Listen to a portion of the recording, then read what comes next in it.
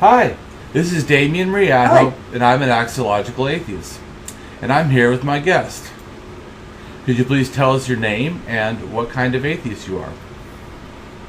I am Joel Garcia, and I consider myself an Axiological Atheist. Short background into my life. I grew up in a very religious home, and was kind of commissioned to read the Bible based off of the religious sect that I was in once a year. What sect was that? Front to back. That is Jehovah's Witnesses.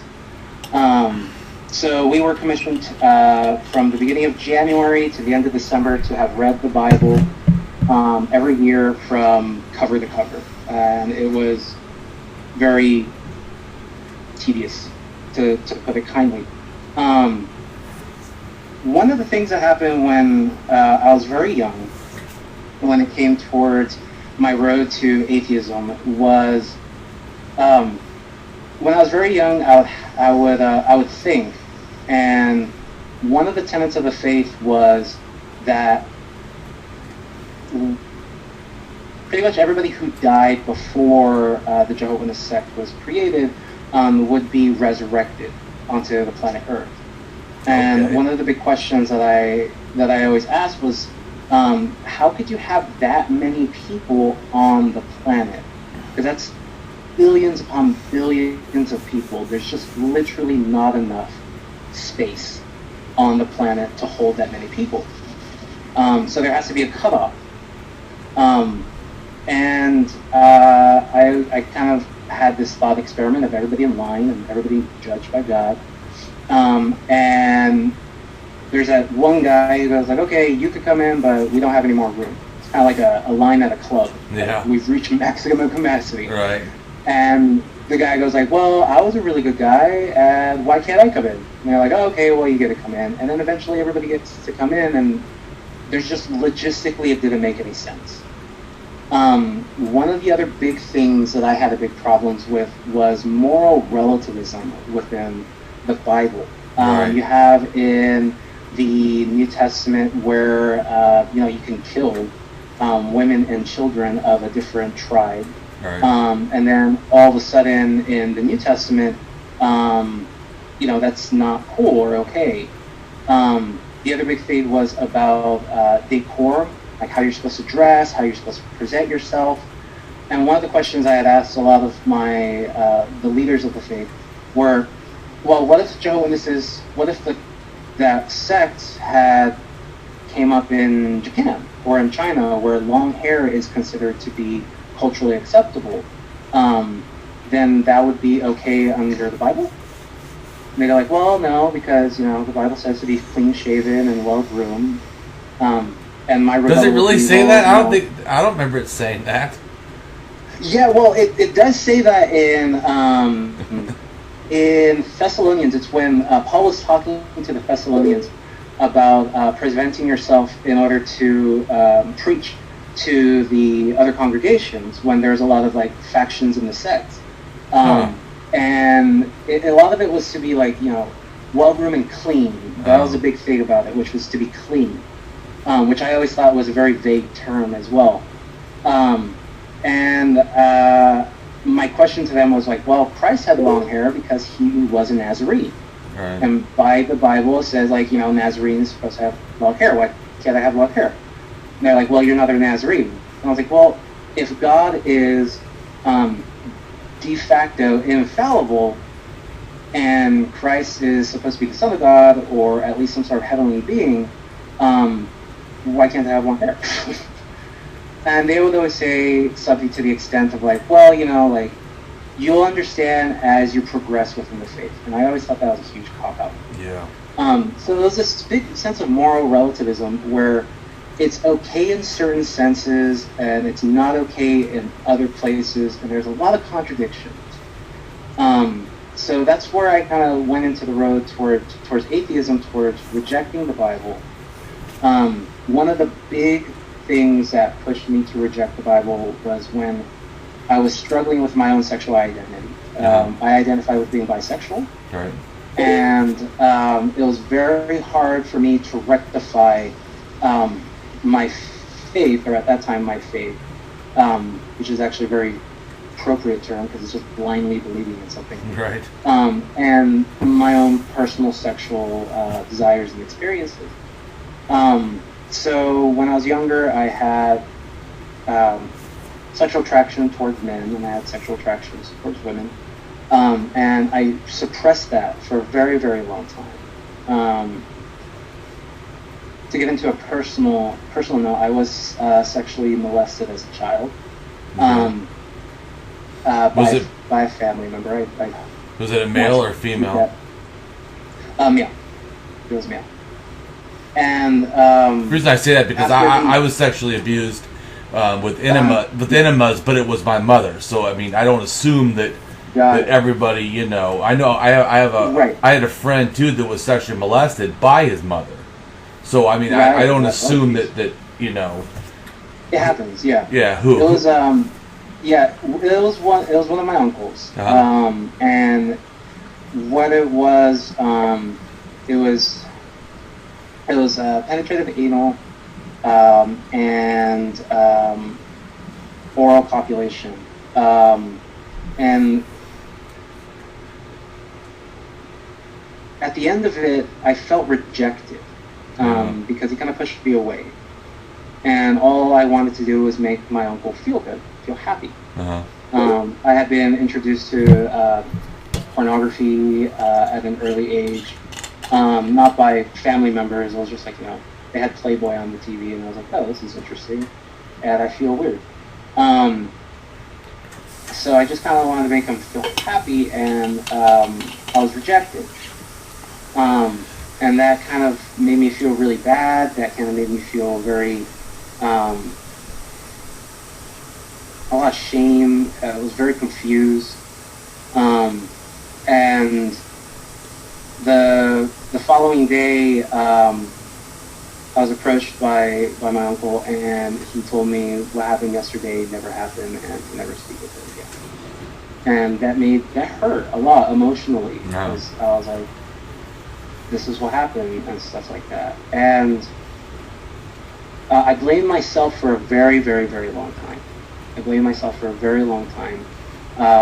Because I was like, well, I'm the reason why it was wrong.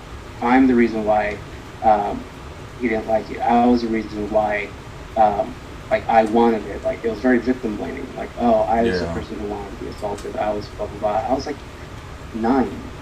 Right. So I internalized it for a very, very long time. So I was trying to rectify that in junior high and in high school. And I kept on going towards the scriptures. The wage of sin is death. And in Leviticus, a man who lies with another man is detestable under God's eyes. And what Jesus Christ said about adultery, that if you even look upon a person with lust, you have committed fornication. Right. So I use that as a logical structure for, even if I look at a man with lust, I have committed sodomy, which by de facto means I have laid with another blind man, which therefore the only conclusion can be that the wage of my sin, which is an unforgivable sin, it's tied in there with murder, is to cease to exist.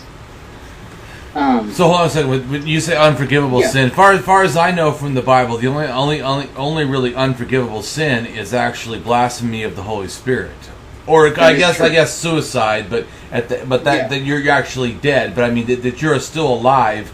The only unforgivable sin that I know of, I remember from the Bible, blasphemy towards the Holy Spirit. Right, so you are correct in that sense. Well, I'm not saying that doesn't say that homosexuality is wrong. I'm just saying that I don't remember. No, by no stretch of the imagination. But I don't remember it. I didn't remember it saying that homosexuality was unforgivable.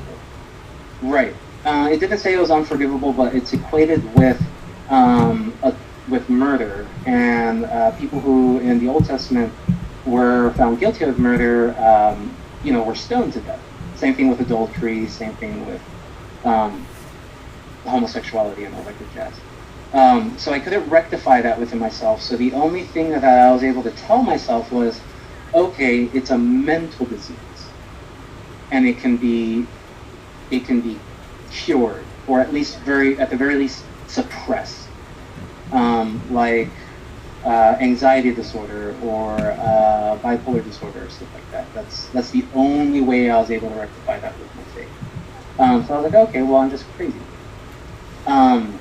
It wasn't until I turned 18 where I could not rectify my faith with my sexual desires and what I found to be sexually arousing and pleasing, both on an emotional level and on a physical level. I had attempted suicide because, one, I wasn't going to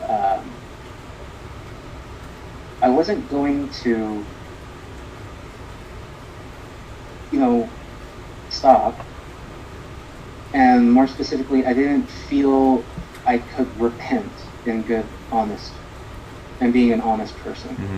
Mm-hmm. So therefore, the sin cannot be forgiven because the only way to forgive sin is to repent. To repent, right? I see. I see what you're saying. So you're saying that unforgivable, and the fact of not that the Bible says that the sin is unforgivable, but that you couldn't properly repent and stop. Well, I understand too. Not exactly about homosexuality, but masturbation. Right. When I was a kid, my parents were very religious, and they caught me a couple times, and I thought I had demons. So you thought I was a mental disorder. I thought I had demons. I mean, I actually thought that I had a few demons or something, and that I was demon possessed. And I know one time they had a friend come over who supposedly could see demons, and I was terrified. I didn't want him to look at me because I thought he would expose me to my parents that I had demons. Right. He didn't say anything, but the whole time I was terrified. Of course. I mean, it's kind of this unnecessary trauma. Yeah. So I have another question too. When you're talking about yourself, your feelings about that being wrong, did you feel like it was just in the Bible, or did you hear other people? Like I know nowadays it's pretty open about things like let's kill gays and all this insane crap. Right. So was there any of that going on externally? There was a lot from kind of like the Christian Club and from like the Baptists and stuff like that. Not any within the Jehovah's Witness sect. It was kind of more just like, well, we don't agree with that. God will take care of them during Judgment Day, all that bullshit. Okay. The biggest thing that came to me was I would have auditory hallucinations. I would feel that I would be hearing angels and demons as well, and they were the reason why I had these propensities. These were the reasons why they were trying to steer me away from that and stuff like that. I really didn't tell a lot of people about them because I was afraid. The only people that I told were my parents, my brother, and they kind of went like, well, you're just, they're just inner voices. They're just your own personal conscience, is what it is. And I was like, oh, there's a big difference between inner dialogue and what I'm going through. So the only way to be able to rectify without my faith, I was like, well, angels and demons exist, but I refuse to believe that what I'm hearing are angels and demons, because then that means everything in the Bible is real, and I have to kill myself. So after my first suicide attempt, I just kind of went like, okay, that's all magic, and these things that are going on with me are not necessarily normal, but they're who I am, and I can either grow to accept it and move forward, or I can continue to suppress it and ignore the auditory hallucinations as just what they are, fiction. Mm-hmm. So did you go to counseling? Did you go to any counseling, or no? Yes. Yeah, it was at 18. I saw the psychiatrist, and I also saw the doctor. They prescribed me some antidepressants to help out with the depression. my family informed me not to tell the psychiatrist or the doctor about the auditory hallucination, out of fear that I would be institutionalized for the rest of my life. So it wasn't until much later that I started being a little more open about auditory hallucinations and things of that nature. As I grew older, and this is about, let's see, it took about a whole 3-year process. It all started with a very beautiful person in high school, an absolutely amazing gift that was given to me, which was, your existence has meaning. I had never heard that before. My understanding through my faith was that my life and my body is not mine; it is on loan from God. Right. And that, everything that I have and that I do must, by de facto, be to praise God, because my existence is contingent upon God. So when this person told me, like, well, your life has meaning, that thought had never crossed my mind before. It was like hearing a foreign language. I didn't really understand what it meant, but it was exactly what I needed to hear. What I felt was this huge opening within myself. I was like, oh, like, I have meaning. I'm not somebody's property. I'm not God's property. I'm not a slave. I have my own meaning. I can define myself. And I use that in order to build a very rough proof. It's still not a very good proof. But the proof when, if my life has meaning, then it has intrinsic meaning. Right. That is non-contingent, as intrinsic. What? Oh, I just lost you. Hello. Yeah, I agree. The intrinsic meaning, obviously, is an axiological atheist.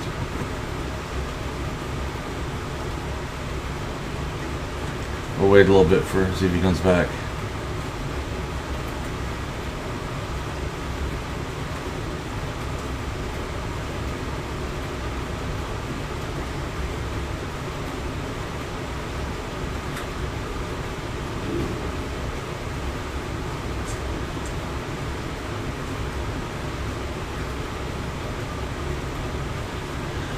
Oh, signals.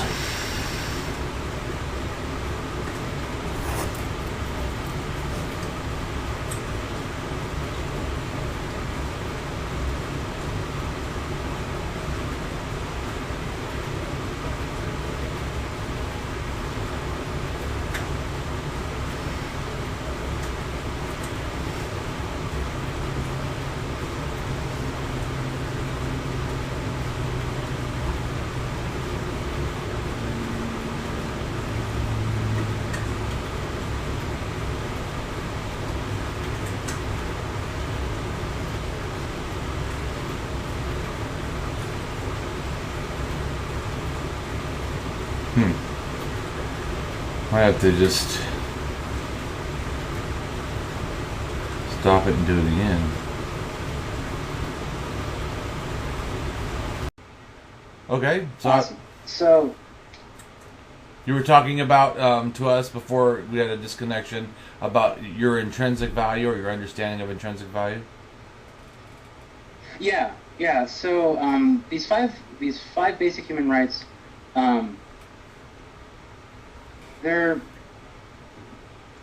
There's something that I try to hold dear and that I try to live by. I'm not going to pretend to be perfect. I'm not going to pretend to be. Could you go ahead and tell us what you feel the 5 basic rights are? Since you. 5 basic rights are the right to existence, the right to sentience, the right to consciousness, the right to property, and the right to feelings. And where did you get these rights, or where do you? Well, I took some of the. I had inspiration from the Rights of Man, the Magna Carta, the Constitution, Plato's Republic.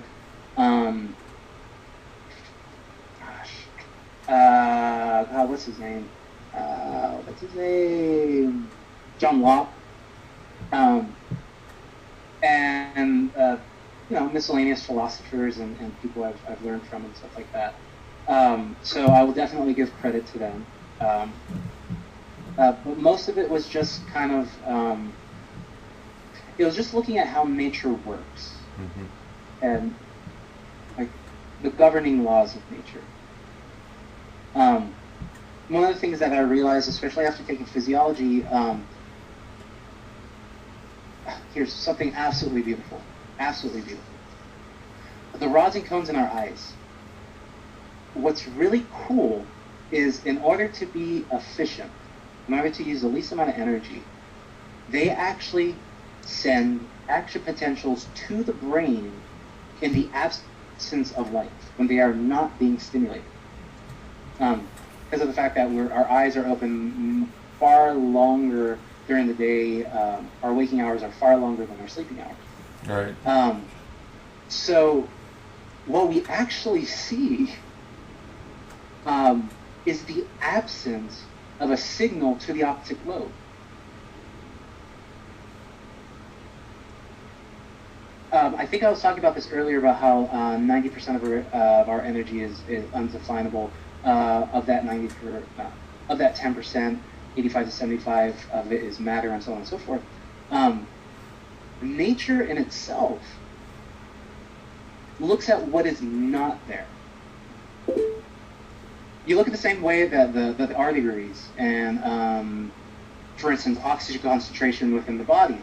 The body doesn't measure the amount of oxygen that's in the body, or within your erythrocytes, the hemoglobin, your red blood cells.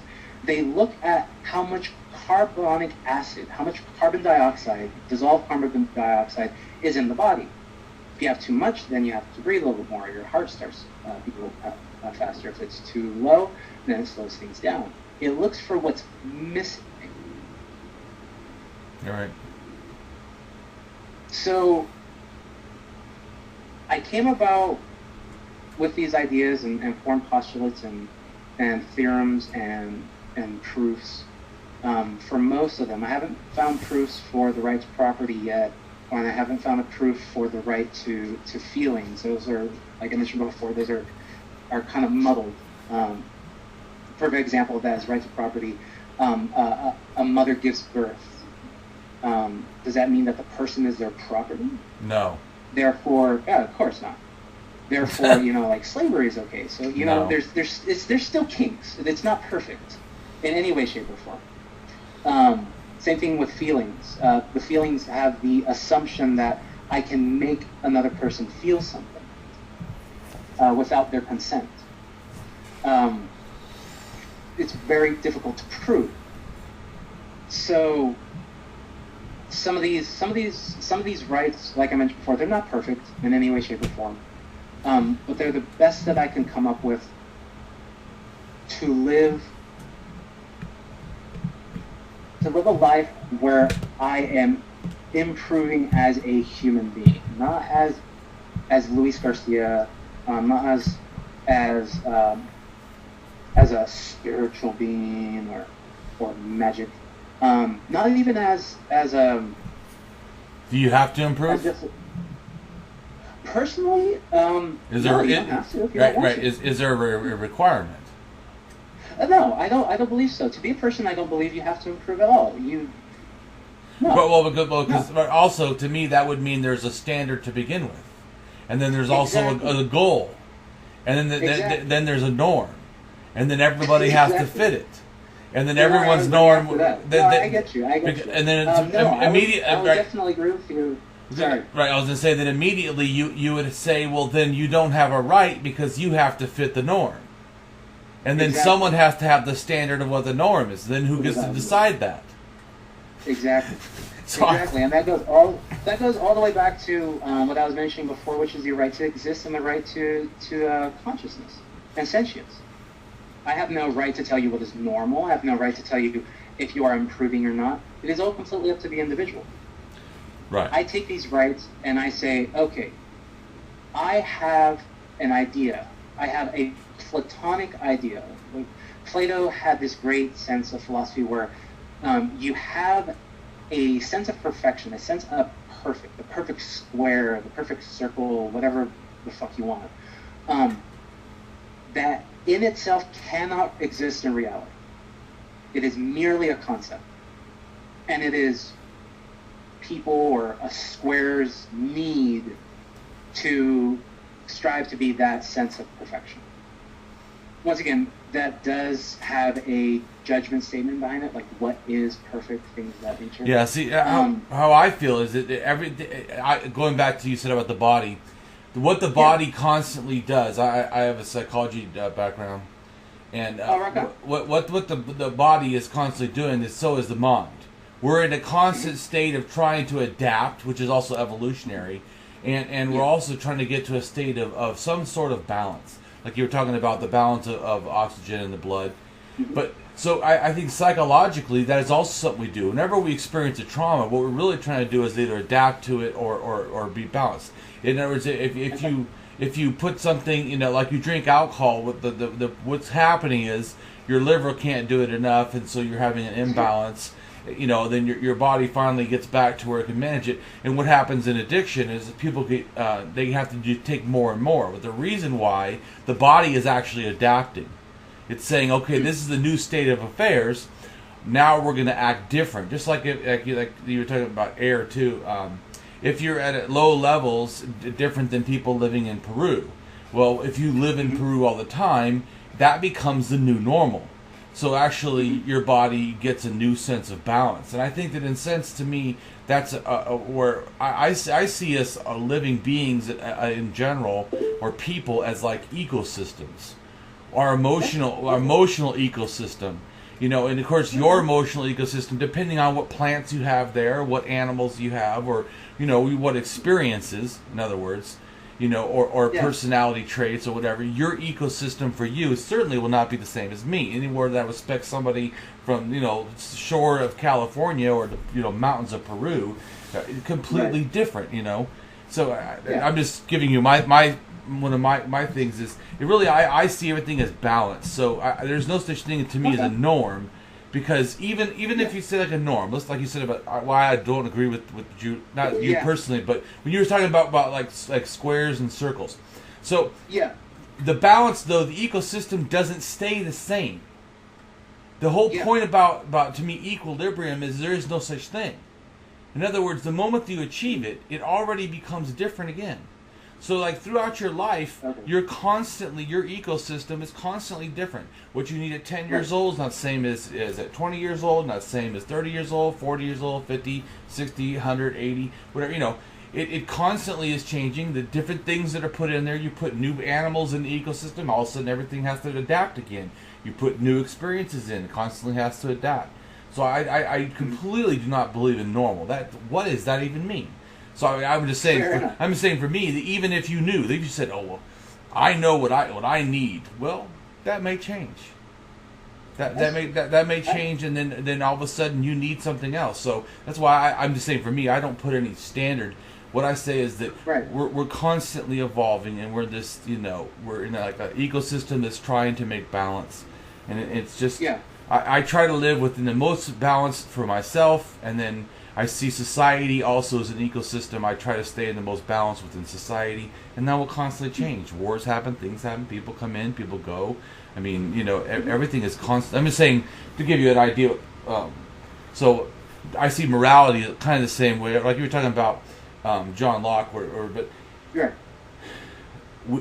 we don't know who we're going to be. Like, right, you're talking about, you know what I'm talking about, where you have the idea that society is supposed to make people good and all that good jazz. Right. Well, there's also, I can't remember who says it, but there's also one where he says, if you were to to be on a new planet or something. I can't remember if it's on this planet. I can't remember. But you don't know who you're going to be. You don't know if you're going to be male, you're going to be gay, straight. You don't know if you're going to be rich or poor. What rights would you want to give people if you didn't know? Right. Like the morality from ignorance. If you didn't know what you were going to be. Oh, I see what you're going. If you didn't know what you were going to be, how would you want to give out rights? Right. Would you want to say, like you said about the Bible says about gays? Would you really want to be against gays? What if you were gay? No. We've got Bibles against females. Well, what if you come out into the world female? If you don't know what you're going to be, and I kind of see it the same way. But I see it that we're all in this ecosystem. We don't know what we need. Even us, we're constantly changing. Sometimes, even in a day, I can be happy in a mood, and all of a sudden, my mood changes, and I need something different. I mean, I don't constantly need physical touch, but sometimes I do. I mean, sometimes I need to be alone. So I'm just saying, for me, I constantly see it as the thing of almost like we should always try for everything possible to make balance. So anyways, just... That's interesting. Violence. Can you define violence? No, I said balance. Oh, balance. I'm terribly sorry. No, not That violence. makes more sense with the. No, that makes more sense with the context of the rest of what you were saying. Yeah, no, balance. No, that's actually a very fair point. That makes a very fair point.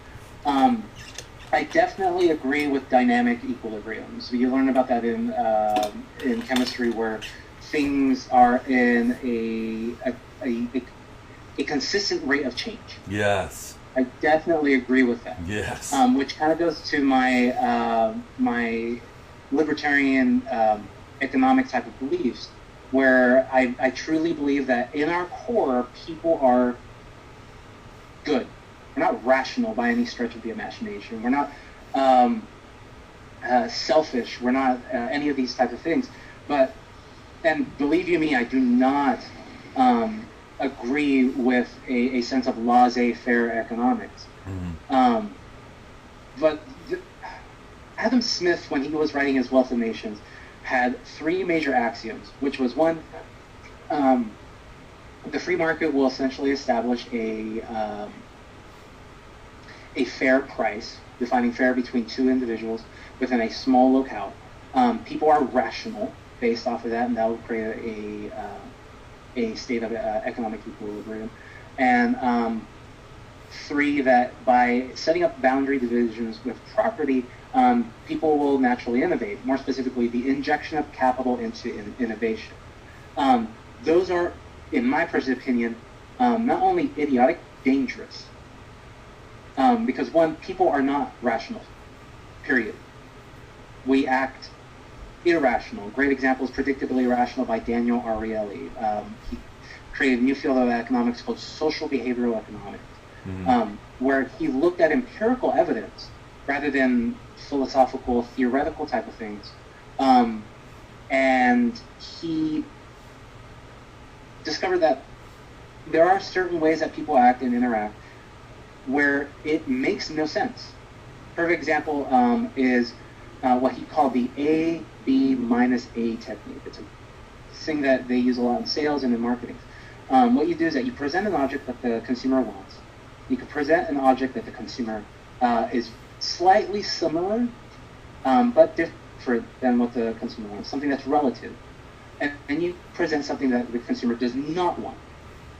And 9 times out of 10, the consumer will go towards the B option.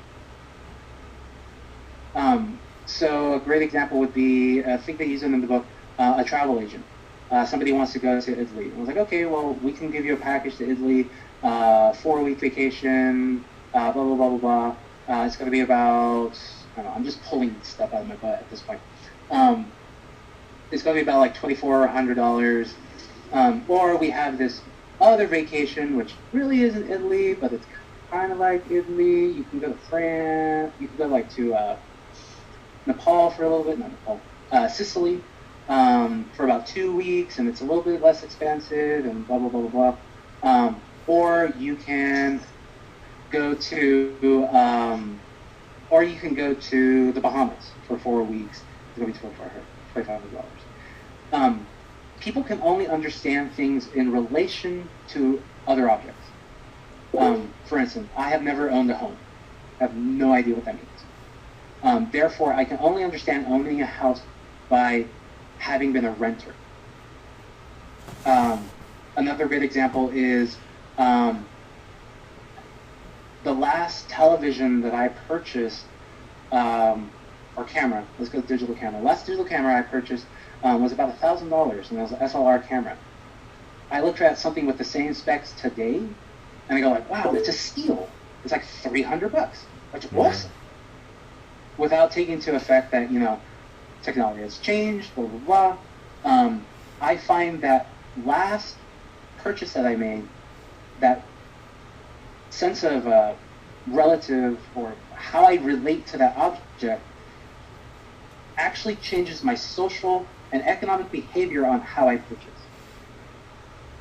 So tying back into what you're talking about with dynamic equilibrium, you can take that same type of principle and put it into nature. When you talk about evolution and things changing, like, for instance, you were feeling bad one day, and then the next day you needed something to change, and it made you happy. I hope I'm not misquoting. If I am, please interject. Well, it's fine. I don't know if you've seen my political philosophy is actually mutualism. I've noticed that. It's very anarchist, which is cool. Yeah, it's anarchist. I approach everything though with axiology.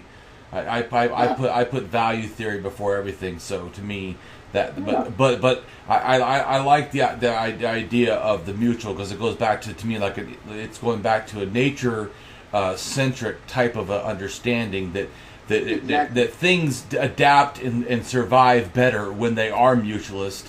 And things that try to be individualist usually in nature don't do as well. Exactly. Especially for things like us that are social species.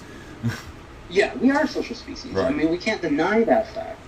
To deny that fact is like, no man is an island, right? No man is like, I am a rock, I am an island. Yeah. I mean, Garfunkel. No man is a rock, no man is an island. As much as we would love to believe that, we would die. So, kind of going back to Adam Smith and stuff like that, these ideas are dangerous because they completely disregard nature. They completely disregard how human beings actually act and behave at an economic sense. And we put so much value in our society for economics. Economics establishes happiness index, and security index, and GDP, and so on and so forth. Those are these weird metrics that we use and in order to try to establish if our nation is good enough or if we are progressing as a nation, and so on and so forth. Those are nonsense.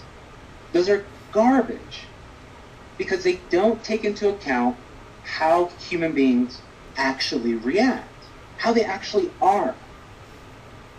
We are irrational at our core. Predictably so. Well, I don't know that we're 100% irrational. I would say that I go back to what you would say. I don't think we are rational. I think what we are is emotional, experiential beings, and thus we're very tend to be prone to error, because we try to perceive rationality through emotions, which then would often, I agree, lead to irrational conclusions or behaviors. But I don't think that we're irrational any more than we're rational. We're just emotional, experiential beings, and that, when you have a lower or you use less emotional intelligence and rely on emotional reaction, then you're going to have a lot more error. Right. In which case, I apologize for using hyperbole in the sense that we are irrational de facto. Well, you can use anything you want. I'm just saying how I don't feel that we're either rational or irrational. That's all I was saying. Is you can think otherwise. You don't have to think like me. It's just that I was using hyperbole in my statements to try to push a point. So I do take that back. I apologize about that. There are degrees of rationality, like you were saying before. I do agree with that. That is truly what I believe in, and I was just kind of using hyperbole in order to try to prove a point. So thank you very much for pointing out that rhetoric. Yeah, that's... Yeah, well, I wasn't trying to correct you. I was just saying that, how I saw it. But you did. It was, yeah. Like I said before, I am prone to error. I'm not perfect. I don't have perfect logic. Oh, yeah. At times I do use rhetoric just to get a point across. Yeah, and I don't claim perfection either. I mean, fair enough. And in fact, I don't even know what that means to understand how to do it. So once again, to me, that would be some norm that I don't really agree with. And who set the norm of what perfect would be? It's like I told someone before. They said, we all know that Einstein is smart, and I go, do we? I mean, if the standard, all you're saying is that he's at the high level of the norm.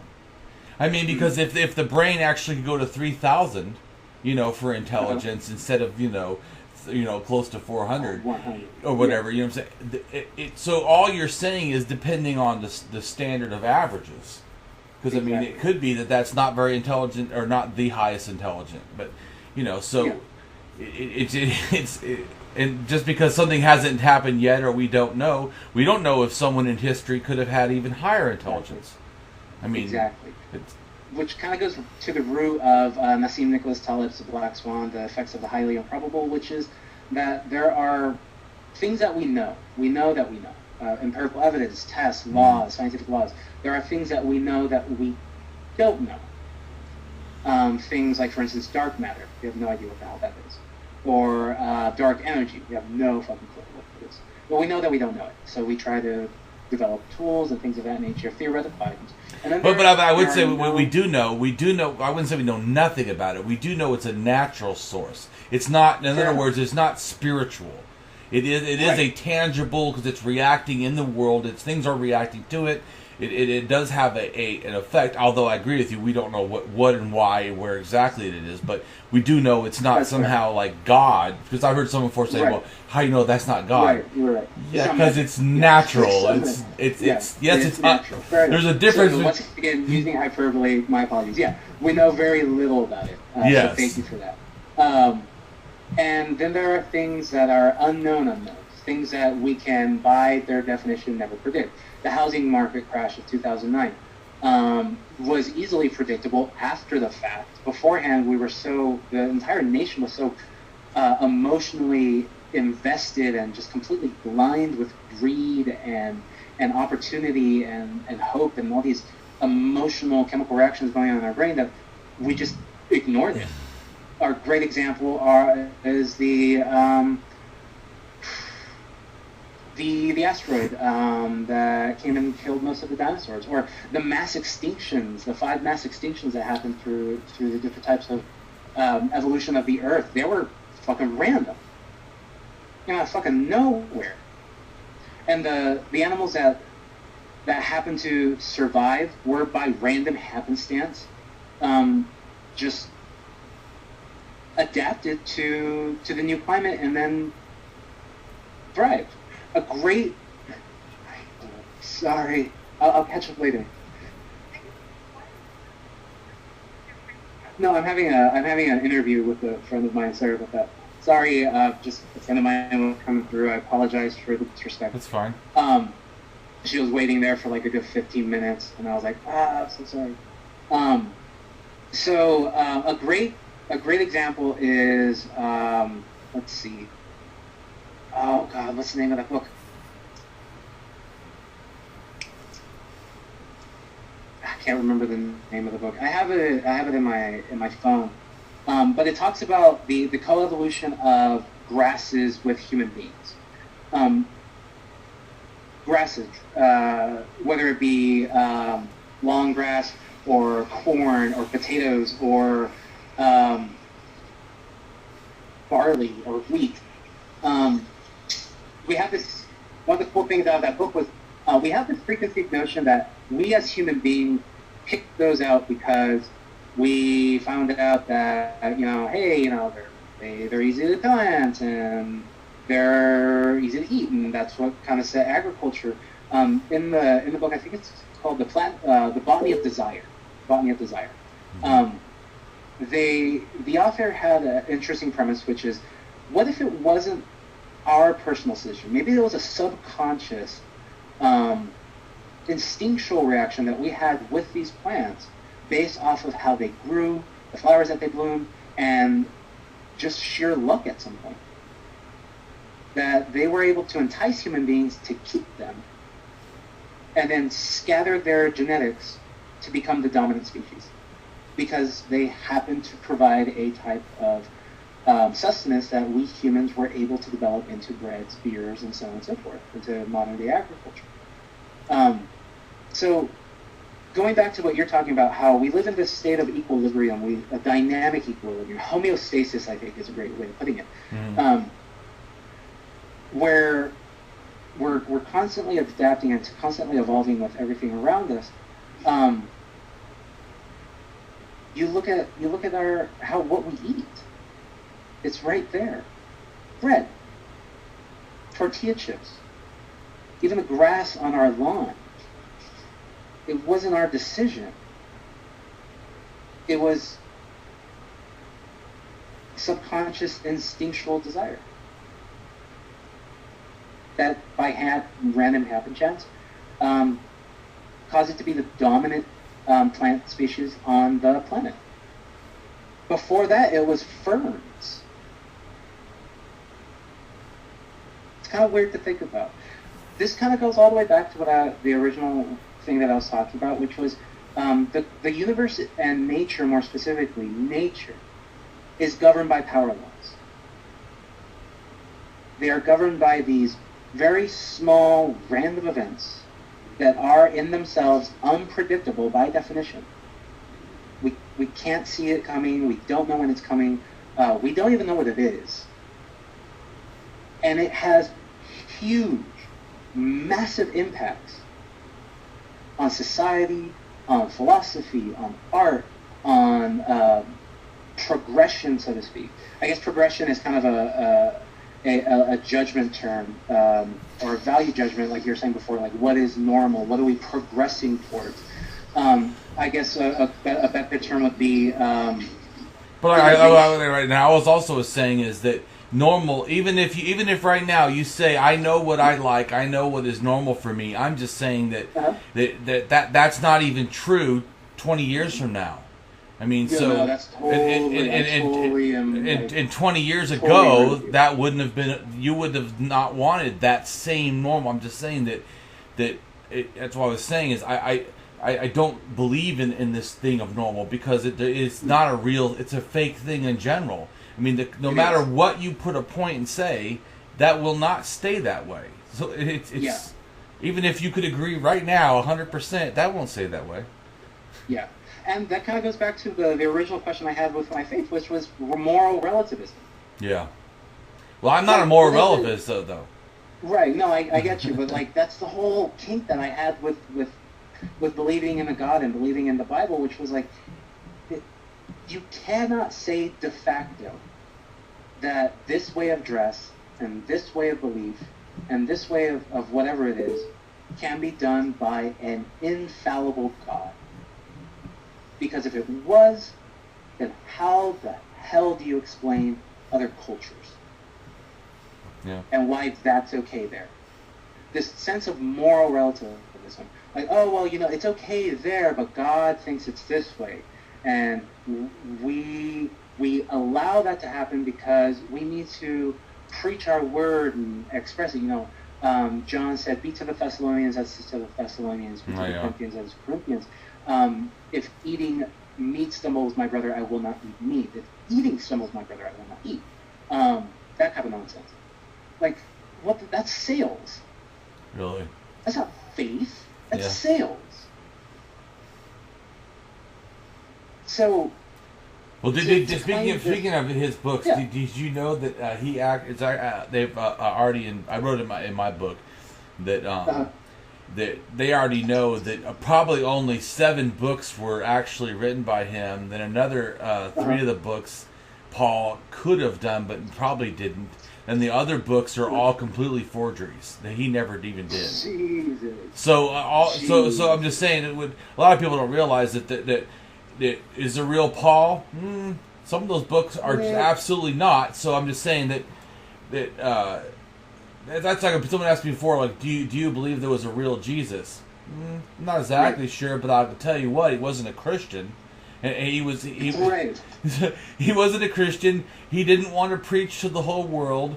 He thought that the world was gonna end shortly, in his time. And I mean, so same with Paul. I mean, the whole Bible to me is written in backwards. That these people at the time thought it was going to be just the time. It's like I tell people, they don't realize that all Paul's epistles were written before any of the Gospels.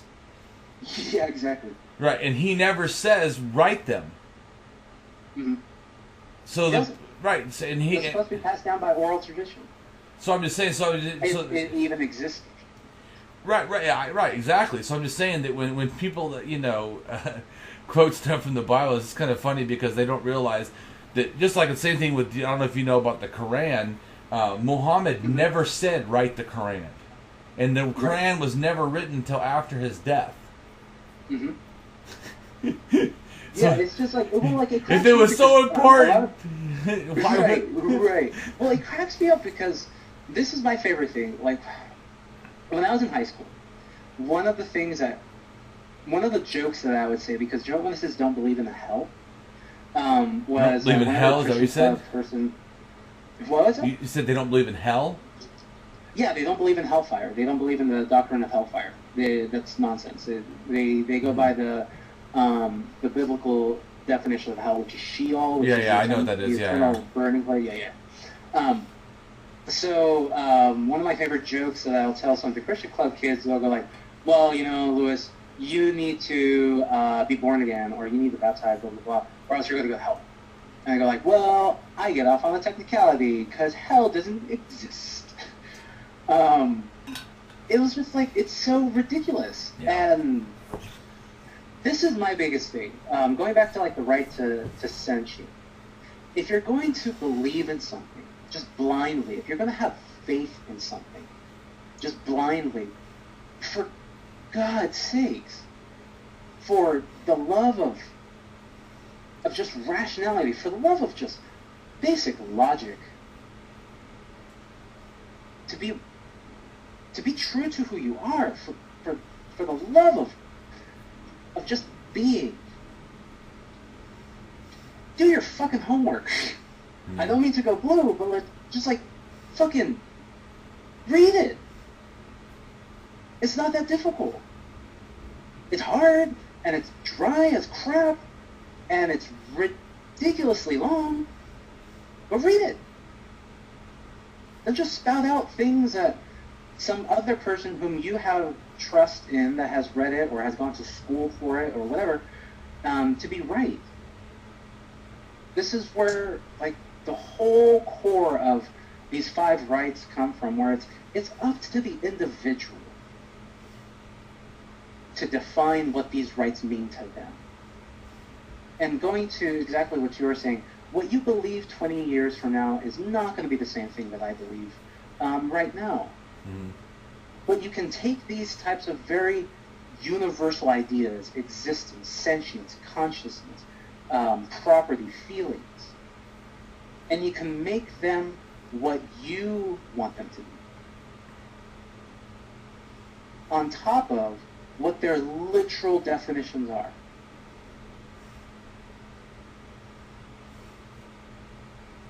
So, kind of going back to a little bit of my history, I am now an open bisexual. I've had my fair share of sexual experimentation. I am, I think I mentioned earlier before, I am an economic libertarian. I truly believe in the individual's need for rights to property, rights to economic freedom, rights to things of that nature. In no way, shape, or form do I agree with laissez-faire economics. There has to be some sort of regulatory system. Because you look at a Nash equilibrium, unless information is truly free, this is where the root of my economic libertarianism comes from. Information must be free. If an national equilibrium is to be established, you have to, all parties, have knowledge of what everybody else is doing. That is not to say that our right to privacy should be infringed. It's purely in an economic system. I have the right to fucking, like, close my door and windows and, you know, cook bacon naked. I have a right to sleep with a man in my bedroom. I have a right to have an orgy if I want to. What I don't have a right, or what I believe when information should be free, and I'm not talking about, like I said before, like gossip or rumors or people getting into your fucking personal business. Once again, I'm not sure if my expletives are offending your audience, so I do apologize to anybody. No, cursing is fine. Go ahead. Okay. Plus, anyways, if you're using the word fuck, I personally like the word fuck because all the word fuck means is basically just means sex. I mean, it's not a racial slur. It's not a homophobia. It's not sexism. It's not, it's not even a put down. I mean, it just means sex. So, I really feel that people feeling that's the end all do all word. I mean, like, I'm not understanding that at all. Right. Well, this is sidetracking. I consider expletives to be kind of like spice for language. Putting a little bit of fuck, a little bit of shit, kind of like spices up the conversation. Yeah, I'm from the ghetto, so I mean, I used to say fucking everything, so fucking motherfucker, you know. Yeah. So like. I grew up in Southern California, so I mean. Oh, Roxy brothers. I grew up in SoCal too. Yeah. So like. Information, I mean empirical information, knowledge, scientific discovery, research. That's what I mean by information, is to be free and open to the entire public. Unless that's achieved, no semblance of a national equilibrium can be established on a global scale. Unless everybody has open information to learn anything they want about physics, anything they want about chemistry, anything they want to know about how something is created or formed, or different types of processes, or if somebody's going into a business deal, how the other parties are, how their choices or how they're going to decide is going to affect their other businesses or their shareholders.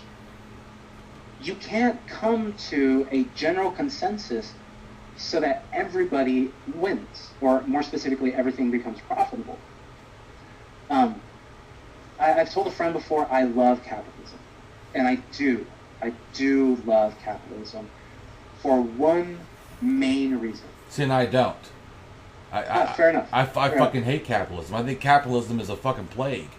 So I mean, fair enough. I mean, you could certainly like it. I'm just saying, me personally, I think that whenever we put, it's the same thing to me as putting a monetary value on a person, like you were talking about slaves, or I think that that capitalism breeds moral, wrong constantly, and that whenever it happens, you're always going to have. Because my personal feeling is that capitalism only is effective when someone is suffering. In other words, that the only way you get wealth is because someone else has to suffer. It doesn't. My own personal feeling that I'm saying. So I don't see it as mutualism. It's against my concept, because to me, the majority of people have to benefit, and you can't have that and have an effective capitalism. You always have to have an elite that's getting the high everything, and then you have to have the low class that's getting nothing. And I just.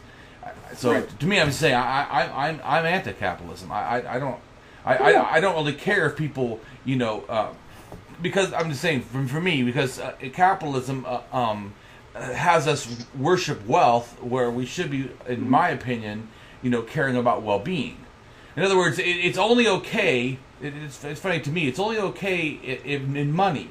If I walk into a room with a pizza, and I give only one piece to 15 people and the rest of the pizza to one person, people in the room would be fucking pissed. I mean, they would hate my ass like there's no tomorrow. Like, I could never explain it. I could never say, well, this is capitalism, you know, and this is how it works. Or like banking. I believe mutualist anarchist believes in free banking, non-profit banking. So non-profit banking, more specifically decentralized banking. So, but what I mean, non-profit banking is that so that's not what we have now. We have for-profit banking. In fact, that's why we had the crash, is because they were trying to make more profit, and they ended up, you know, making it to where the bad investments had hurt everything. But anyway, so to me, it's the same thing. Banking is a game. You give me something of yours, and then I charge you every time you want to use it. I mean, it's ludicrous. Yeah, so the banking system, like, don't even get me started on the banking system. But anyway, but you said you like capitalism. I staunchly disagree. Disagree. And the reason why is the form of capitalism, the modern form of capitalism that we have, that's based off of Adam Smith's Wealth of a Nation, is dangerous. Like I was mentioning before, it is dangerous. Because it works off a set of axioms that are not true. You take a theory and you put a mathematical model around it to make it more tolerable and seem to have some sort of credibility, and it just by happenstance, like, pushes out information that we like, or metrics that are supposed to have some sort of quantitative value that that make us feel good. That's nonsense. That's garbage. That's not science. You take the root of what economics is. It's the study of conservation. It's the study of efficiency. It's the study of conservation. Conservation of resources, conservation of labor, conservation of capital. In itself, capitalism is just about how to distribute resources in the most effective way. And that is what people have forgotten about what economics and what capitalism is. We go down to looking at nature, a barter system. Animals do this on a pretty consistent way. We look at co-parasites, symbiotic type of relationships and stuff like that. Those are mutually beneficial. And those in itself are barter. Now, don't get me wrong. I am not in any way, shape, or form trying to say, yeah, we should completely destroy all monetary systems and start trading fur for bread. But I do strongly believe in the sense that given empirical type of sets of axioms, empirical sets of trade, where information is free. I always stress that, where information is free. I truly believe that people will come to a consensus.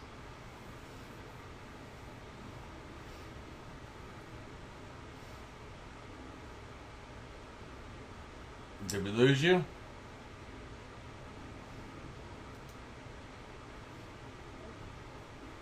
You still there? There you go. Yes. So, we can get to a form of trade where it is a dynamic equilibrium, where things are constantly moving, resources are constantly being distributed, and the individual knows how to distribute what they need. And going back to Karl Marx, people forget that Karl Marx was not an economist. He was a philosopher. Yeah. And the whole idea is that eventually the proletariat, the lower class, will become so subjected by the higher class that they will rise up and they will be unified under an equal form of labor, where you only take what you need and you give what you.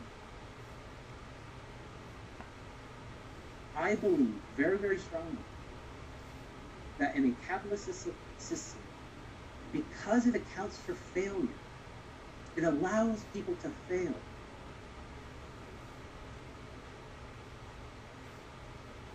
That's the best that we got.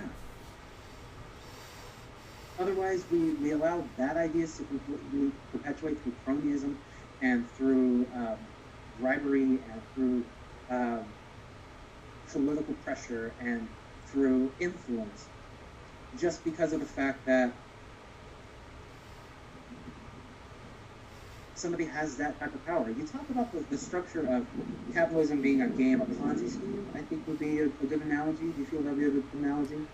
Well, like I said, I feel that money is not inherently bad. I think that just like saying, like I told you, that going into a room with a pizza, I don't think offering food or having is bad. I think it's how it's distributed is unethical. I feel that capitalism is built on an unethical premise of wealth and first and not people first, and I think that is the problem. To me, money, I wouldn't do away with use of currency or money, but I think that it should be used for people. It's the same thing. Like I don't believe that we should be charging for water. I think that it should be a public service, just like we don't pay for roads in a sense. I mean, there's to me some things that human it's just well-being. I'm not a communist. I don't believe in just giving people free money for being alive or some of the structures. Sorry, I'm having some technical difficulties on my side. I think I caught what you got. Let me exit from this and see if I can fix it, because I can't seem to hear you on my headset, and the speaker on my phone is absolutely terrible. I do apologize. Okay. Just 1 second.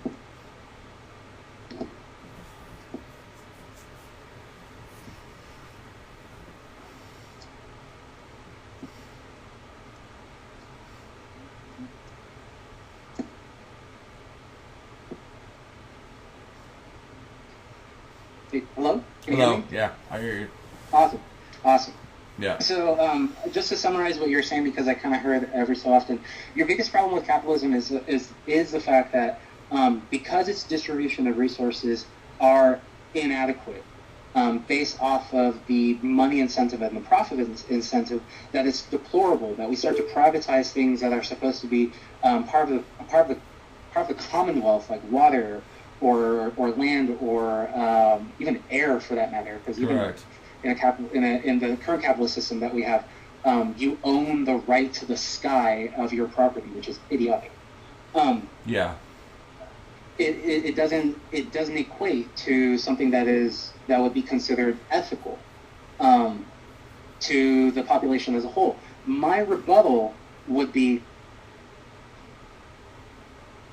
here's a perfect example. My brother was doing missionary work down in Peru, and he really, really, really wanted a mango.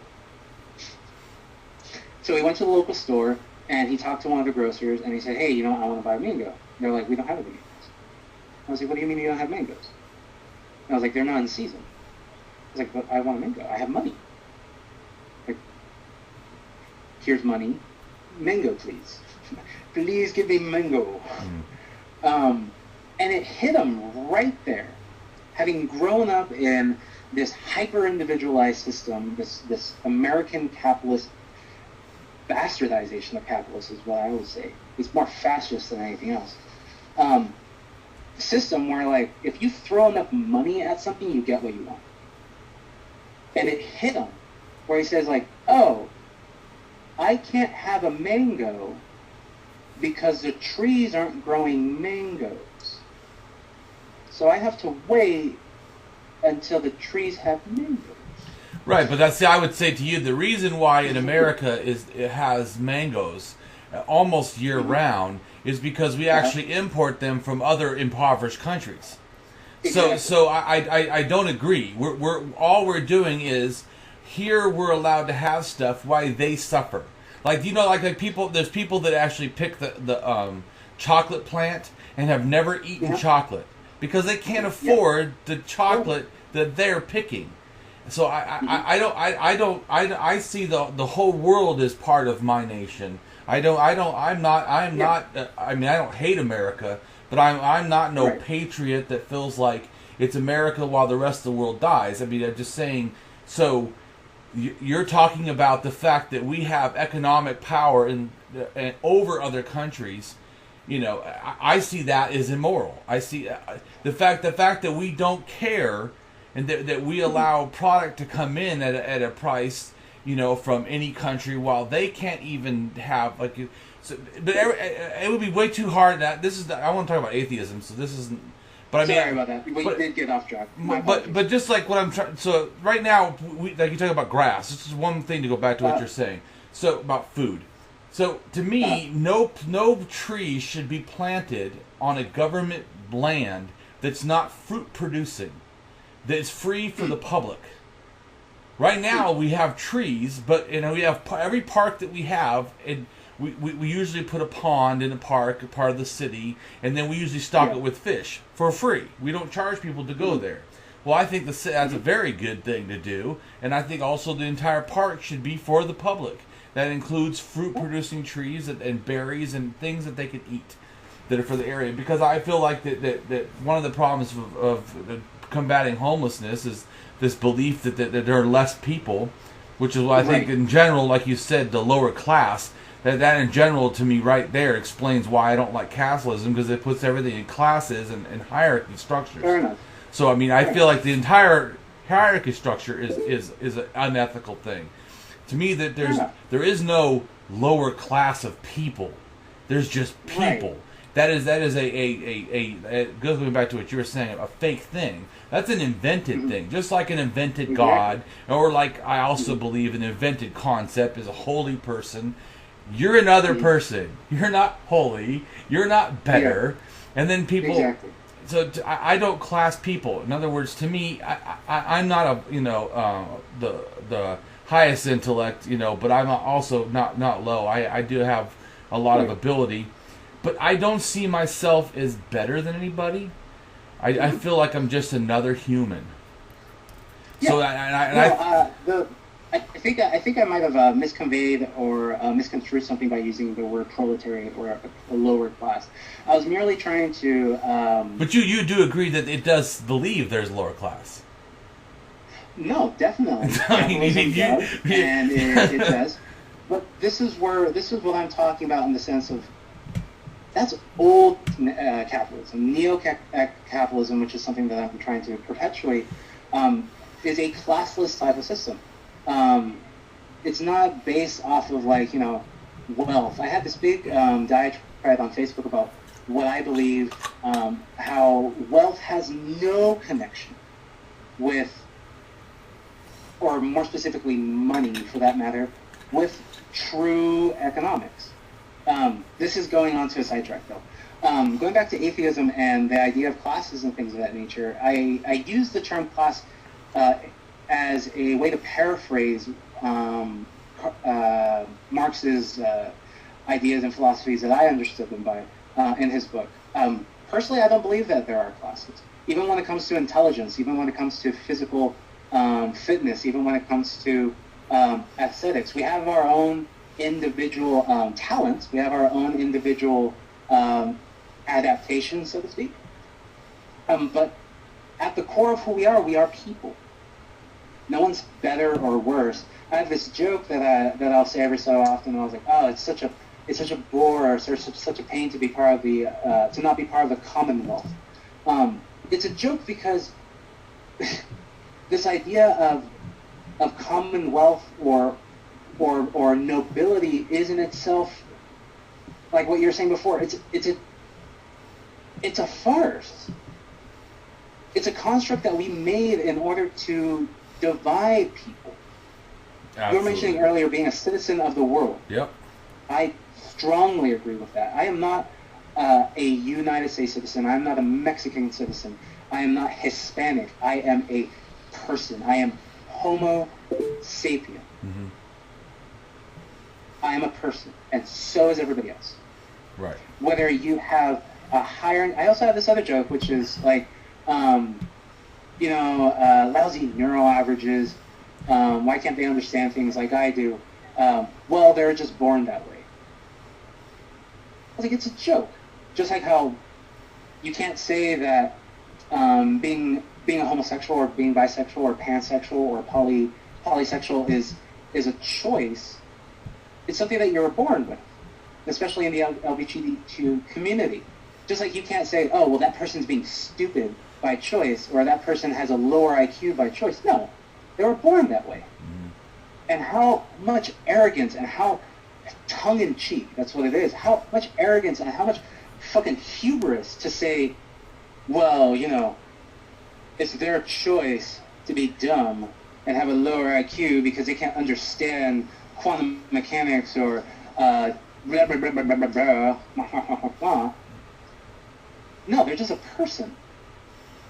They were born that way. Just like I was born this way. And it doesn't make me better or worse. It just makes me a person.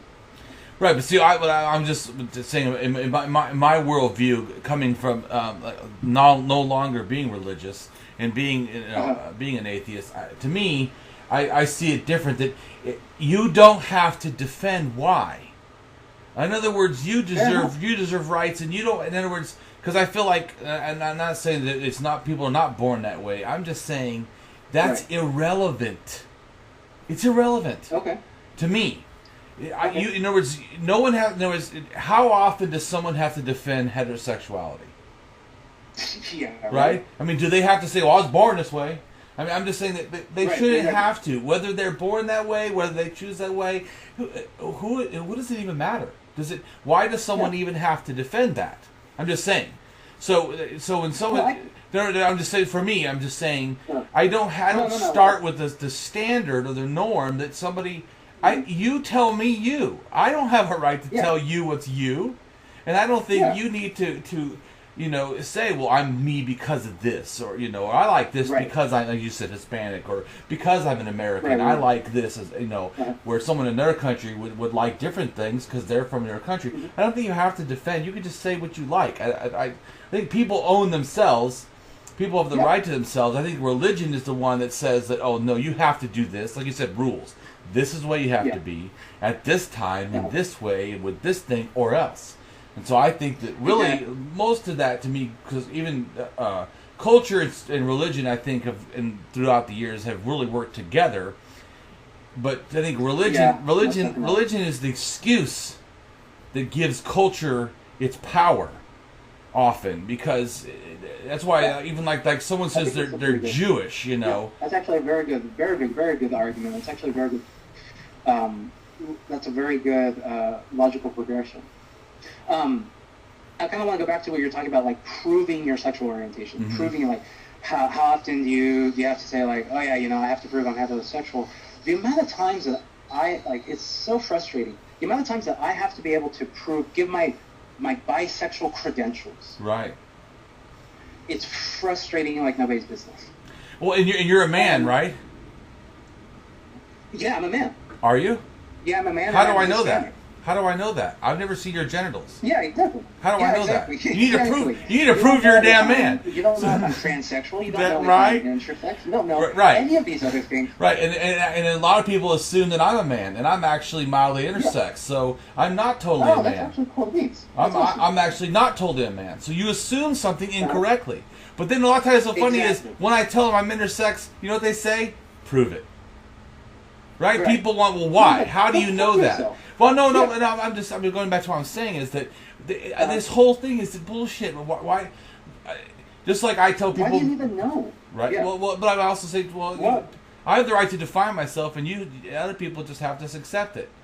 Exactly. Or they're just being jerks. Like I'm saying. So I don't. That's what I'm saying. Exactly. That this I think religion goes. There's only man and woman. It's only heterosexual. Mm-hmm. It's only this. It's only that. You have to do this. You have, and say a lot of times culture does that, but it's so often when you look at why the culture does that, it's a religious reason. The excuse at some core point was a religious excuse. So I think that. So I'm saying for me, atheism is freeing in the fact that I don't have this excuse anymore. I don't have to. So if you say, well, I feel like a woman inside, I don't have to say, but your body's not. I can say, okay, that's how you feel. Mm-hmm. And you don't have. So I'm just saying. So I'm just saying. For me, it's a new thing. Because of atheism, is I have this new respect for people as they are, however they are, and they don't have to validate that they're deserving to be accepted as they are. Exactly. They don't have to validate their meaning. Yeah. They have meaning, and I don't give it to them. They have meaning upon themselves. So kind of going back to what you were talking about, which was like, having to validate, and there's just one point that you mentioned that I can't remember off the top of my head, but it was really important. I wanted to grow off of it. It was about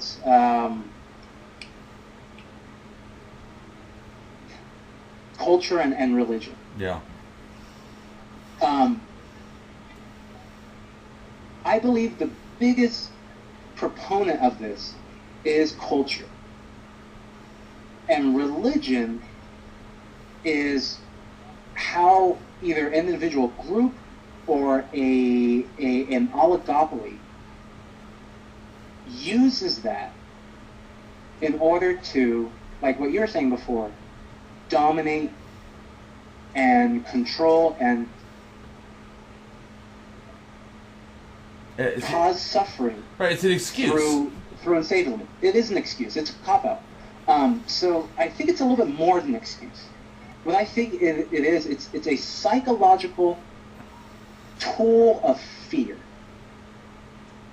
It's a psychological tool of not necessarily brainwashing, but of setting a norm, like what you're saying before. What is normal? Right, but I would say that the setting of norms is brainwashing. Because that's not actually not normal. Yeah. in other words, right. So in other words, if I didn't teach you what it meant to be a man, if I didn't teach you that you're supposed to be heterosexual, if you didn't feel that way, you wouldn't think it was wrong because you would just be normal.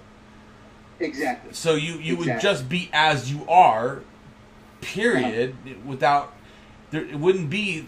Like when you say the word heterosexual actually means be the opposite of, right?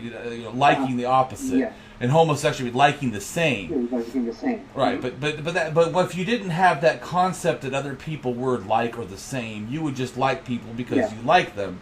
You wouldn't be opposite of. That's like being intersex and genderqueer and male. All those is my gender, which is. That's how I classify my gender. It's actually all three. Okay. But anyways, okay. what I say, I would say I'm heterosexual, but that would be opposite of. And since I am mild intersex, there's not that many people that are the same for me to be opposite of. So I say I'm a gynosexual.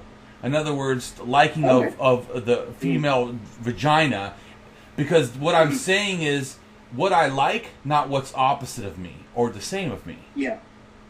Fair enough. Fair enough. So, like, the thing that I like about this philosophy that you bring out is it's very much individualistic. It's very much up to the individual. It's very much how they define themselves. Yes. The one thing that I find a little bit not reprehensive, but like I find a little bit kind of like uncomfortable is the need for labels.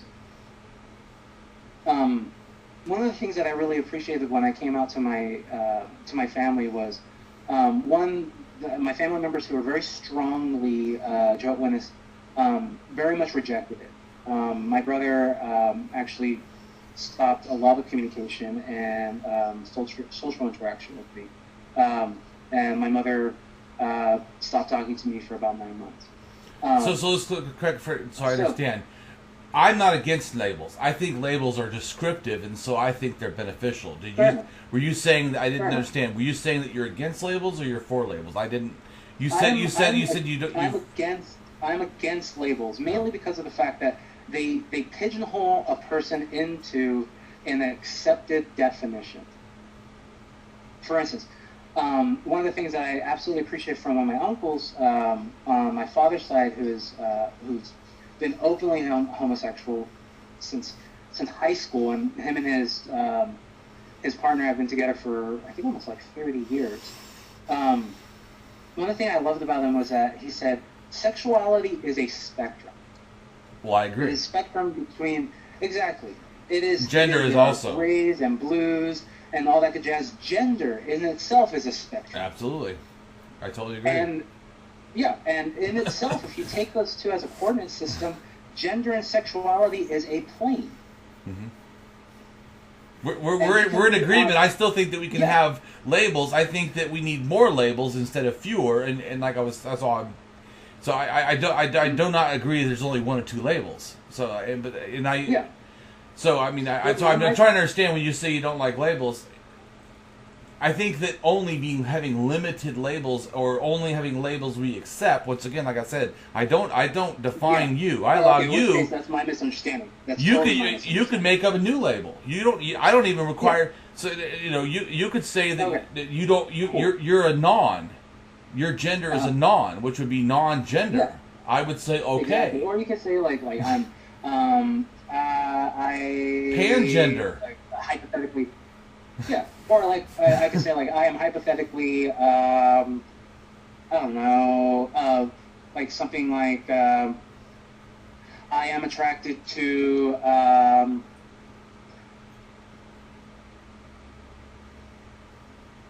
fictional characters. Well, there is people that are attracted to fictional characters. Yeah, no, I know. That's why I was trying to find something that's like not offensive. I was trying to think of that. Like the only thing I could think of are like otakus who are really big into like animated pornography. Yes, they are. But that's healthy. Yeah. That's nothing's healthy. There's nothing wrong with that. There's people like I know the people that are fuzzies that want to dress up like animals. Yeah. I think that's fucking awesome. I know a guy that does that. And he feels that he's not, when he is a fuzzy, he's not gay or anything. He's actually just being animalistic, and so whether it's male or female makes no difference because he's actually not a human at that point. I personally wouldn't feel that way, but I value that other people can define how they are. Exactly. And that's the biggest thing where I was talking about with labels and stuff like that. I'm not a huge fan of labels because it does kind of pigeonhole people into a specific thing. Considering the fact that you clarified and said, like, yeah, you can make up your own labels, I was like, okay, awesome, we're on the same page. Right, yeah, I don't define anyone else. I just said that to me, labels are just descriptive. Because that way you can share ideas with people and then they understand where you're coming from. But yeah, I don't require anybody to label themselves anything other than what they feel they are. And if they don't want to use labels, I'm okay with that too, because once again, I value that people can decide what they are. I don't do that. So So perfect examples, like for instance, my bisexuality. Yeah. I identify with the term bisexuality because I find both males and females sexually attractive. I do. Right. I was married, and I had a child. I have a child. It's not like he's gone. He's still there. He's still gone. He's alive. And I was a happy monogamous bisexual for... Okay, happy is probably a bad term. But as a bisexual man, I prefer monogamous relationships. That's just me. Don't get me wrong. I am totally open to having other partners in our bedroom. I am totally open to multiple partners. I am totally open to furries. Any other type of sexual interest that you have, I am open to it. But personally, if I find somebody attractive, it's very rare. And secondly, if I want to spend my life to marry somebody, so to speak, to dedicate my life to another individual, it's because I care for that person to an extent that not only do I want to, that I see the possibility of spreading my genetic material, or more specifically, caring for another life, is the fact that here's this other individual who not only is aesthetically pleasing to the eye, but is able to connect with me on a chemical, psychological, and mental way that helps me be true to my beliefs. And I felt when I got married, I felt I had found that person, and sadly enough, that wasn't true. That was my mistake. And but going back to what I was saying, do you think it was true at the point, and it changed, yeah, at that or point in time, and it changed. Right. Yeah, So changed. that's what I was saying about equilibrium is about what's normal. So it may exactly. have. Even like you said about being bisexual, I think that also sexuality can be fluid on a spectrum. So in other words, even if you're bisexual, there could be times where you are more attracted toward women, more attracted towards men. Oh, yeah. And that's definitely how my sexual attraction is. There are times where I am more attracted to females than I am at males, and then there are times when I am more attracted to males than I am to females. Right. I wasn't saying it had to be. I'm just saying I believe that everything is so much more involved. I'm validating that. I'm validating it for you because that is how my sexual my sexual drive and how my libido works, at least for me. So I can only speak for myself. Right. But yeah, I do believe it to be fluid. I find both sexes equally attractive. But there are times where I go like, hey, you know, that girl's really awesome, and I just go, oh, fuck her. And then there's other times where I go like, that guy is really fucking hot. I just want to fuck that guy. Yeah. So it's not an either or. It's a very much an inclusive or. So yeah, when it comes to sexual behavior and when it comes towards define myself as an atheist, it kind of goes all the way back to those 5 axioms, which is like, I don't have a right to tell somebody how they are to express themselves sexually. I love the post that you put online, which was the idea of consent, of violation of privacy. Mm-hmm. I thought that was awesome. Believe you me, I have fantasies, and they go off into weird fucking places, believe you me. But they're in itself just fantasies. And the thing that I loved about the idea of consent that you put down there was mental illness. Right. To be cognitively aware of it. Yeah. Is the only way to be able to have consent. And I totally agree with that 100%. One of the things I loved about a lot of your posts is that either A, they validate something that I have been trying to prove logically, and they go like, hey, there's another person who thinks that, and I'm not crazy. Right. Or there's something where I go like, well, fuck, I never thought about taking that idea and stretching it out that far. Right. And more specifically, I didn't even think about fucking that. I didn't even think about the person's right to privacy in the form of consent. And I thought that was brilliant. Thank you. Because you're completely right. A person who is dead can't have consent. A person who is a child, or more specifically, not at the mental maturity to understand what they're doing, can't give consent. Yeah, that's right. And so on and so forth. That's just like, no. And it goes to another one of the comments on the thread, which is like, how can you want to have a sexual relationship or engage in the physical act of sex, whether that be penetrative, whether that be oral copulation, whether that be sodomy, whether that be any form of sexual act, whether that's just like dry humping, with somebody who doesn't want it, who doesn't have an attraction in return. I understand that this type of thing not completely, but it kind of puts a dark light on the S&M and BSDM's culture, the idea of submissives and dominance. Well, for me it wouldn't, because the person is choosing to be in that relationship. Exactly. So they're choosing that's that. different than rape. I mean, even play rape. Yeah. Even if someone said, "Rape me," but you've just said that. Yeah. I'm not going. So in a sense, no matter what I did at that point, you've agreed to. So you're still giving consent. So I mean, BDSM it doesn't bother me at all. I don't personally like it because I'm a hedonist. I like pleasure, so that doesn't really interest me. And also, I had a lot of abuse in my childhood, so the thought of hitting someone or something is not a sexual at all, anyway. Exactly. But I don't see anything wrong with it. Once you give consent, you have the right. You have the right to tell people I'd like to be hurt, and then they do that. They're not violating you. And then they stop. Yeah. That's why you have safety words. Right, that's why you have even in cultures where they don't have safety words, there's a certain connection between the two people, the dominant and the submissive, where it's put as a felt sense. It's based off of body language. It's based off of nonverbal cues where you kind of go like, okay, I pushed it too far, and you stop. That's where I was saying, like, this idea. I think I might have miscommunicated something. The idea of what I was saying of liking another individual, that was based off of a different comment. That was not based off of something that you said on your quote. It was somebody else who said on the comment thread. I personally attribute towards that. And it puts BSDM in a bad light because that doesn't get my kicks. The BSDM community has a right to be themselves. Oh, yeah.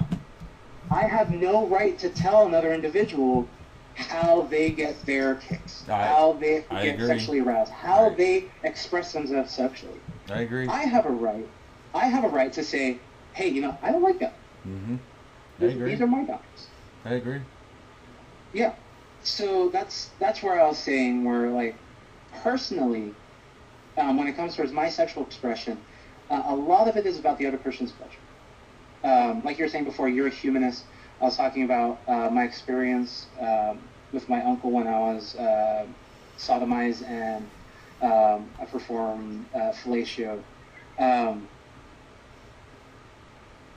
Well, also, I was going to go back to something I think that you and me are both agreeing on about privacy and consent. Yeah. That, in other words, like you talk about body cues or understanding, we don't have to give consent of everything. In other words, you don't say, hey, would you like to have this and this and this and this and this? And a person has to say, no. Okay, now it's a no. Okay, yeah. So you understand, like the consent. I always tell people that, and to me, the first understanding of consent and sexuality is that someone doesn't have to say no. That's true. Because you like you're talking about reading clues, there should be a way of understanding that some things you don't need to ask. Yeah. That you realize that you realize, like, hey, I crossed the boundary, or more specifically, hey, this is something that wants to be initiated. Correct. So I do agree with the sense. I do agree with the current law, which says, like, if you don't give a verbal yes, it is considered rape. I do agree with that. Mainly because of the fact that there needs to be some sort of rights that a person has for their body that can be executed and can be enforced. My only issue with it is that people sometimes don't really know. In the heat of the moment, perfect example is Daniel Ariely talks about the effects of masturbation on our ability to reason. What he did is he got a group of students at MIT, people who were getting master's degrees, and they would fill out a questionnaire on what they would be willing to do with a partner when they were in an unaroused state. And then they filled out the same questionnaire what they would be willing to do with their partner in an aroused state. And what was interesting was that when they were in an aroused state, they were more likely to violate the other partner when it comes towards, like, for instance, would you continue in a sexual act if your partner said to stop? When they were not in an aroused state, they would say no. When they were in an aroused state, more often than not, they said yes. These are people who, going back to, like, the idea, like, people who are intelligent, have credibility, these are people who try to hold themselves up to a higher ethical standards. And even in an aroused state, they were unable to rationalize and realize those things. We go, like you were talking about before, when you're like, you express yourself in the furry community or the fuzzy community, they express their sexuality in an animalistic nature. I didn't say I did. And that's right. I apologize for misquoting, but in the furry, so I take that back. I said I had a friend that explained it to me. Yeah, I not in that. That's my misunderstanding. My apologies. So I retract the misquote. That is not something that you said. Yeah. But in the furry community or in the BFDM community, they have that type of sense. There are certain things that can be accepted or initiated in a non-verbal way. Right. And that's my only problem with that. Like, for a great example is that when I was married, there were some times where my wife would be doing the dishes. And she just looked very beautiful. Like the steam was coming up from the sink. Yeah. Well, I wrote in my thing. I don't know if you're talking about what I said. I didn't say it should be a law. I was saying that as an ethical person, if someone doesn't give me the yes, I'll assume to wait to respect their dignity that they have the right to say yes or no. I don't believe it should. I mean, I'm not saying. I wasn't saying that if you never hear it, it's automatically rape. I don't agree with that. Yeah. But I do think. But I was saying that for an ethical person, I think it's good for us to wait. That's all. I don't know if you were trying to mention what I said, because I did say, and I do agree with this, that for me, I try to make sure that things that I do keep getting a yes, or as some form. It doesn't have to be verbally yes, but some form of come on or something. So, right. The pushing of the hips against the groin. Whatever. Yeah, when something is. You start noticing flushing of the face, or you start noticing pupil dilation, autonomic physiological responses of arousal. So I get that. So that was my complete understanding. I thought you were talking about the idea that like you were talking about the absurdity of having to have a list and go like no, yes. Yeah. I thought you were talking about the idea that you have to give a yes. And to me personally, I enjoy the fact that there is a law because it does give women stronger type of enforcement power over their bodies, over their right to property. Right. Once again, I do feel that it is incredibly easy to abuse, but that's neither here nor there. Like you were saying before, as a male, I need to, and as a father, I need to inculcate in my son that it's not the female's responsibility to give consent. Right. That's what I'm saying. Right. Yeah. That's what I'm saying is instead of putting it on them, they're putting on us that we should try to seek consent.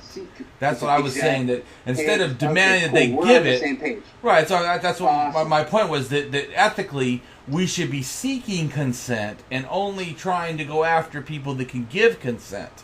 Exactly. Not waiting for them to always give it. But that's why I was saying ethically. To me, an ethical person who respects the dignity of another sexual partner is that we understand they're a sexual partner first off, and then that they can give consent. It's all on us.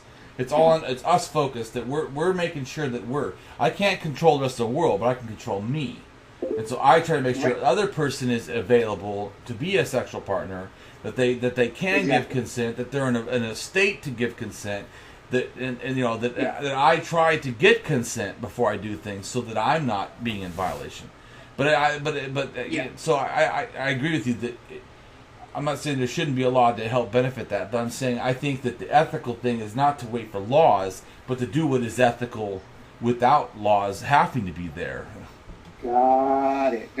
So this goes to the root of this entire sense of consent, which is that we shouldn't even have we shouldn't have the need for these laws because they've been so perverse by cultural doctrine and the matriarchal patriarchal, I mean, tones within culture and within religion itself.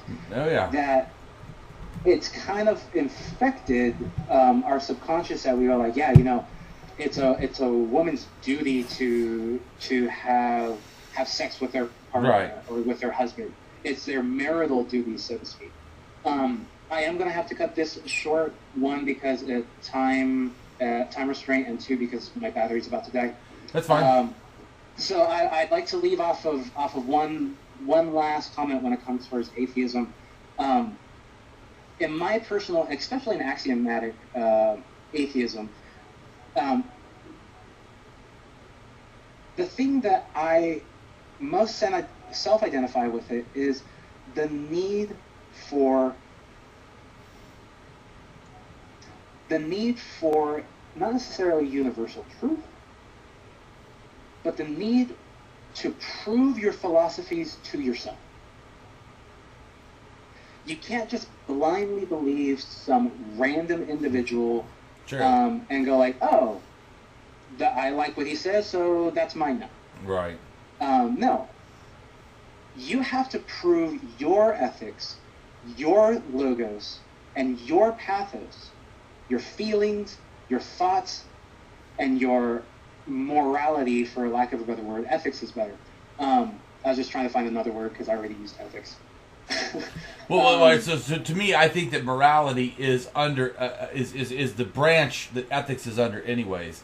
And I think when people say morals, I think they're using it. Ethics to me as standards that we establish. Morality is like the philosophy that we usually use to support why we. Morality is. Yes, yeah, but perfect term, then. Yeah, I think so. So that's how you prove it to yourself.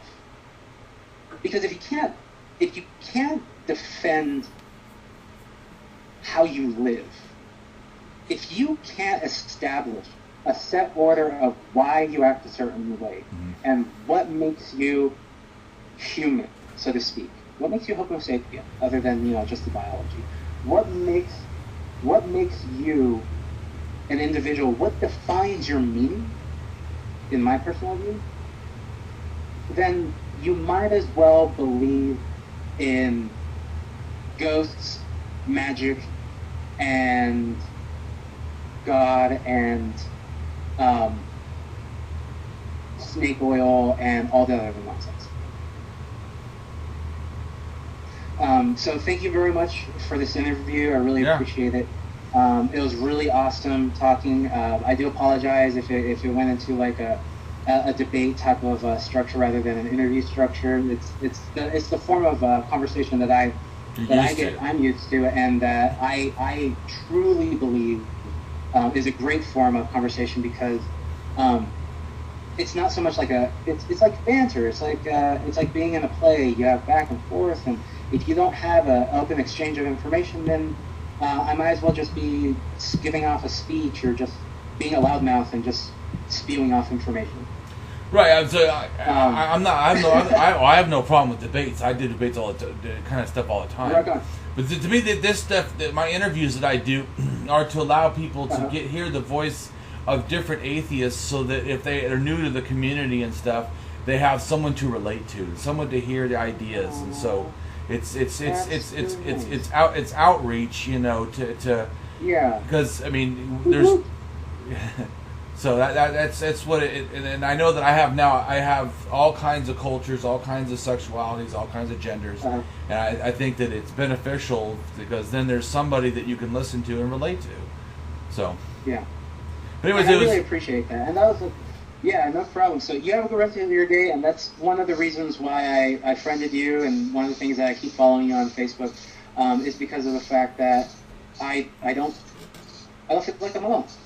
Yeah. So thank you everybody on the community. Thanks for making me feel like I'm not alone.